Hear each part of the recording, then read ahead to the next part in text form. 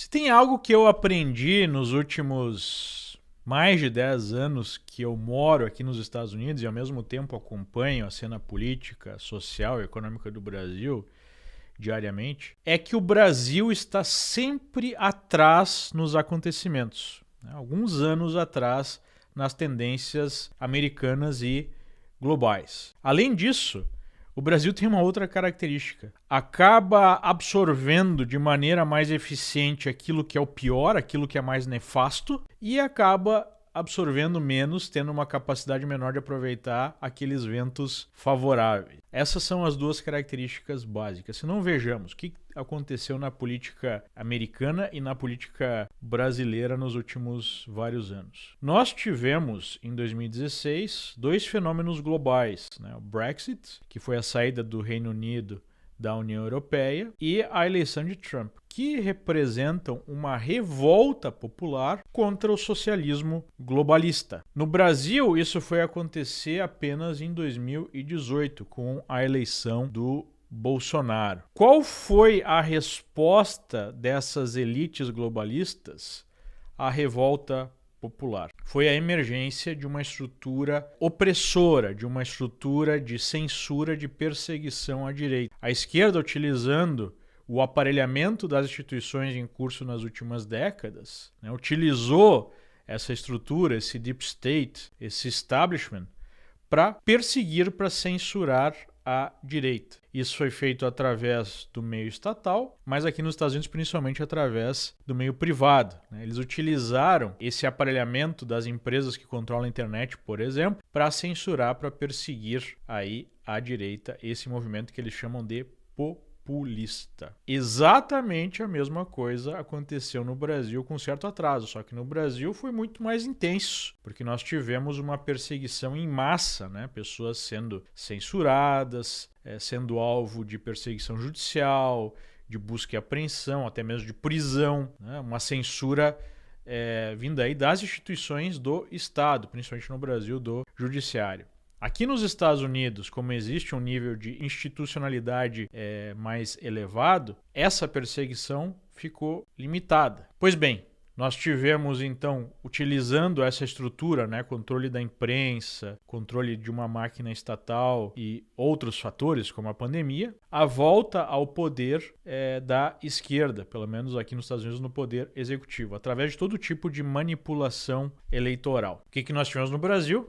No Brasil, reabilitaram lá o Lula e, de todas as formas possíveis, empurraram o sujeito para a presidência. Isso causou uma revolta popular novamente. Nos Estados Unidos, essa revolta popular foi simbolizada pelo 6 de janeiro. Anos depois, quase na mesma data, nós tivemos o 8 de janeiro no Brasil. E agora o que acontece aqui nos Estados Unidos? A população, pelo menos a maioria, não aceitou essa agenda de extrema esquerda, promovida novamente através da censura, através de coisas como ideologia de gênero, através de coisas como políticas de EI, políticas de cota, até mesmo nas grandes empresas americanas, numa expansão ilimitada do Estado, dos gastos do Estado que produziram uma inflação e uma piora na qualidade de vida de todo mundo, e isso produziu a volta ao poder de Donald Trump, a retomada do poder por conta desse movimento que a esquerda radical chama de movimento populista. E a gente está observando aqui nos Estados Unidos a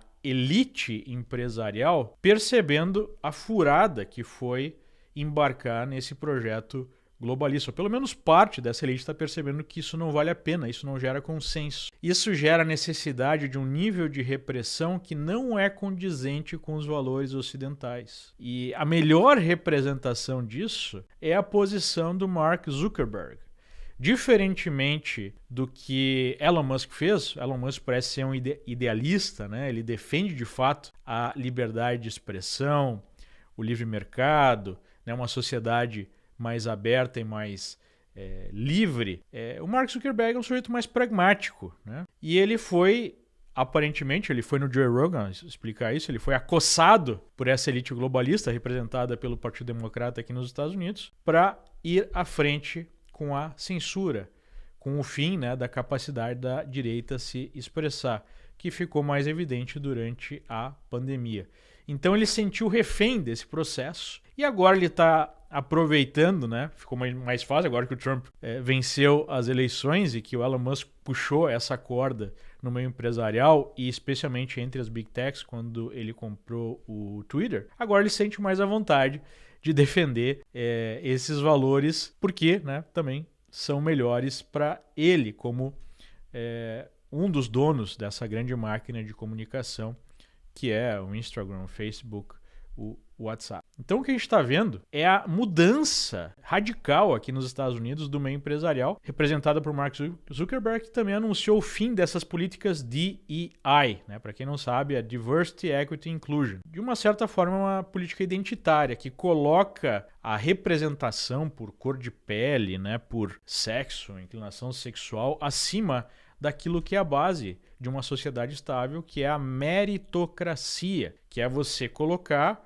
as melhores pessoas nos cargos de poder, seja no Estado, seja no meio empresarial, seja, né, na livre iniciativa. Então é óbvio que essa política de AI não funciona e acaba sendo um peso para os Estados Unidos ou para qualquer nação, enquanto você não tem isso em países como a China. Só que o Brasil, como está atrasado nesse processo, ainda está com essa mentalidade identitária e repressiva da esquerda americana que não funcionou por aqui. Isso gera um problemão para esse pessoal do regime brasileiro, porque agora que o vento virou, eles estão numa encruzilhada. Ou eles vão à frente com o projeto totalitário e isso requer um nível de energia gigantesco e de ineficiência que produz aí muita dificuldade para manter o poder, ou eles precisam fazer uma mudança, né, nessa direção que eles não sabem como fazer, sem perder o controle da situação. Então será muito interessante observar como o regime brasileiro vai lidar com esse problemão. Mas o fato é que daqui a poucos dias, daqui a uma semana, no dia 20 de janeiro, inicia, né, oficialmente a presidência de Trump e ele vem, né, com muita energia, com sangue nos olhos, depois de ter sido perseguido, depois de ter sido trucidado aí pela máquina né, de perseguição democrata, mas ter não só sobrevivido, mas vencido. E isso fará muita diferença para o mundo e para o Brasil.